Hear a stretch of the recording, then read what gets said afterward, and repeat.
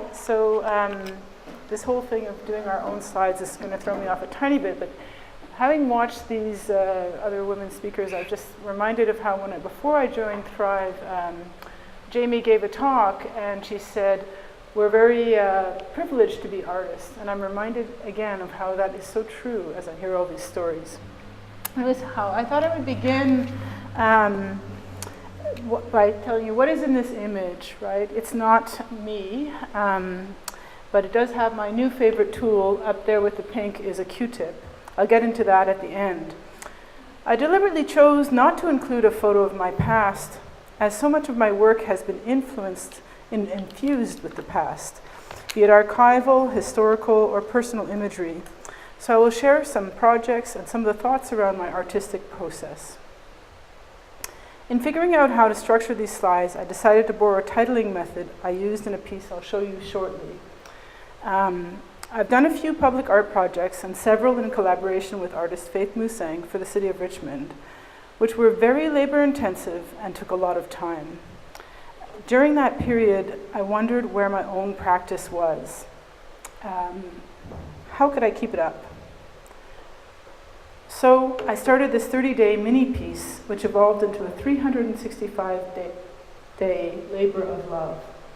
And this hand lettering thing is, I don't know if any of you knew Fox and Flourish, Christine. I took a workshop with her in calligraphy 2 years ago, which changed my art practice, actually.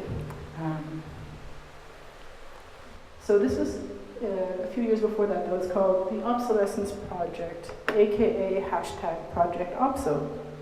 Every day for an entire year, I photographed obsolete things, real or metaphoric. As an artist, one tends to hold on to things for future use, for inspiration, or perhaps it's just sheer laziness. In HTML, an alt title is text you put in the code to give meaning to screen readers. And so it also helps with SEO. And so as a bit of a joke and a send up to all the agony of titling in the art world, I began to give every object an alt title. These also served as ideas for future projects.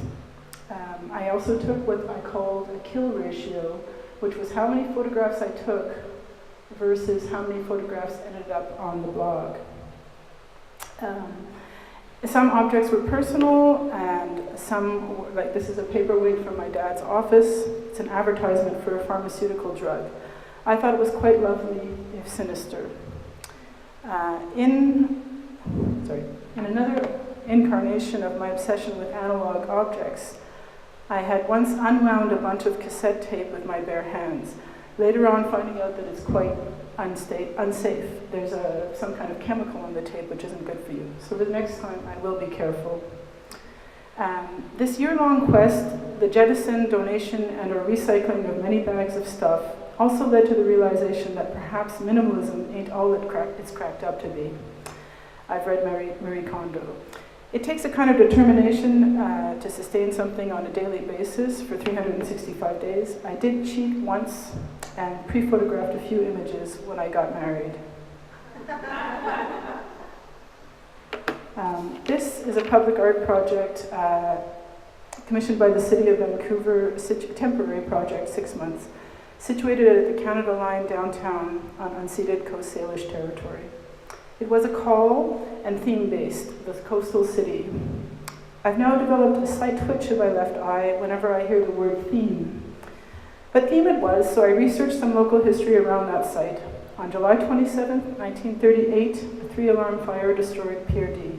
That was looking down from Granville Street, so that's on Granville Street there. 2 of the photographs, I've altered them, were from the City of Vancouver archives by female photographer Audrey Gordon. I tried to research her history, even reaching out to a very helpful and pleasant librarian in the National Archives in Scotland, but to no avail. So instead, I reimagined her. Again, along the theme of a little bit of obsession, every day from approximately May 16th to October 16th, there was a different post that appeared on the QR code. The QR code itself was rather large, a molecule of commentary on all the advertising that exists in public space, a sort of intervention. which in many ways is my why. Art can be a form of resistance. I imagined her as a young married woman, as an aspiring photographer, this is the blog, with several secrets, including being, as I am, of mixed race. There was a daily, gradual unfolding of her story, amidst various tidbits of the true past. An Orson Welles broadcast would pop up, for example. Not everything made it to the blog, however.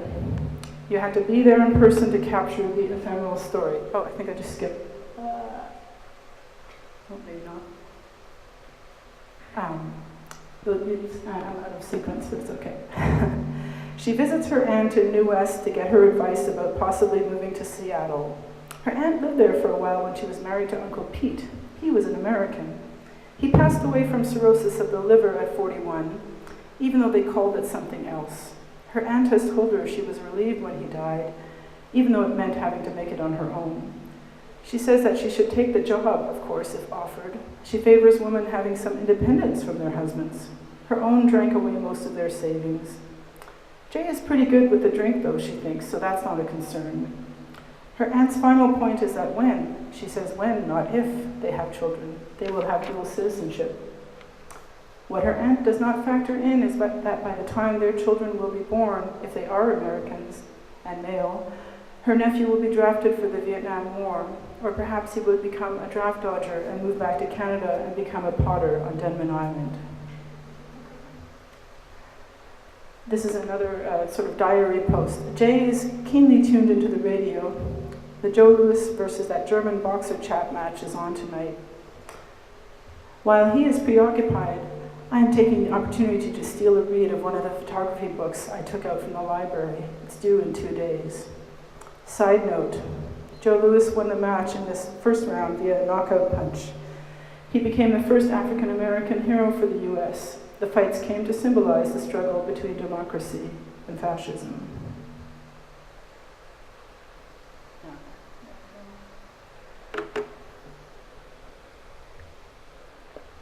This is an artist book I just finished recently.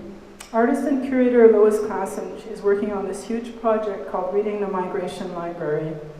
When she asked if I was interested in making an artist book for it, I thought about these images I had stored from an artist residency I had done in Trinidad over 10 years ago.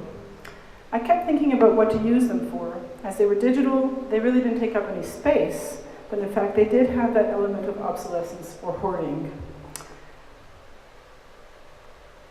During the Second World War, Trinidad was occupied by the Americans. The British allowed them to build a naval base. Lord Kitchener, a famous Calypsonian, wrote a song about the social effects of this, called Rum and Coca-Cola. A white dude who was stationed there went back to New York and recorded this song with the Andrews Sisters. It was a big hit.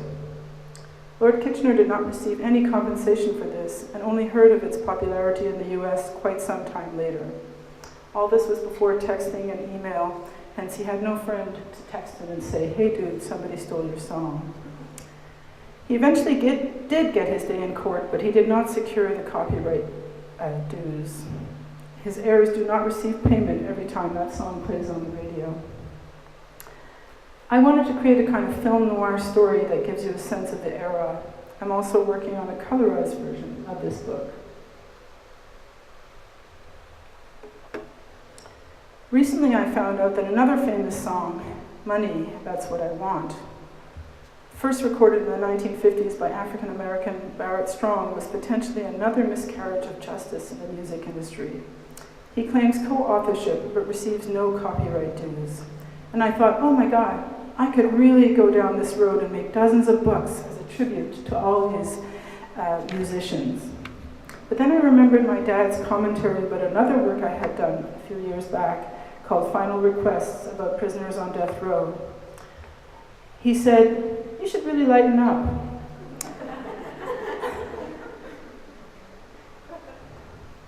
So here I am now in the present moment drawing skulls and crossbones and flowers on a whiteboard in my studio. The Q-tip I referred to earlier is to erase the whiteboard. I'm also making these in watercolors in different forms. the skull and flowers. Whether or not this is lightening up or not remains to be seen. Down the rabbit hole I go again. I keep stuff, I let go of stuff, I resist. Things are working out. Thank you.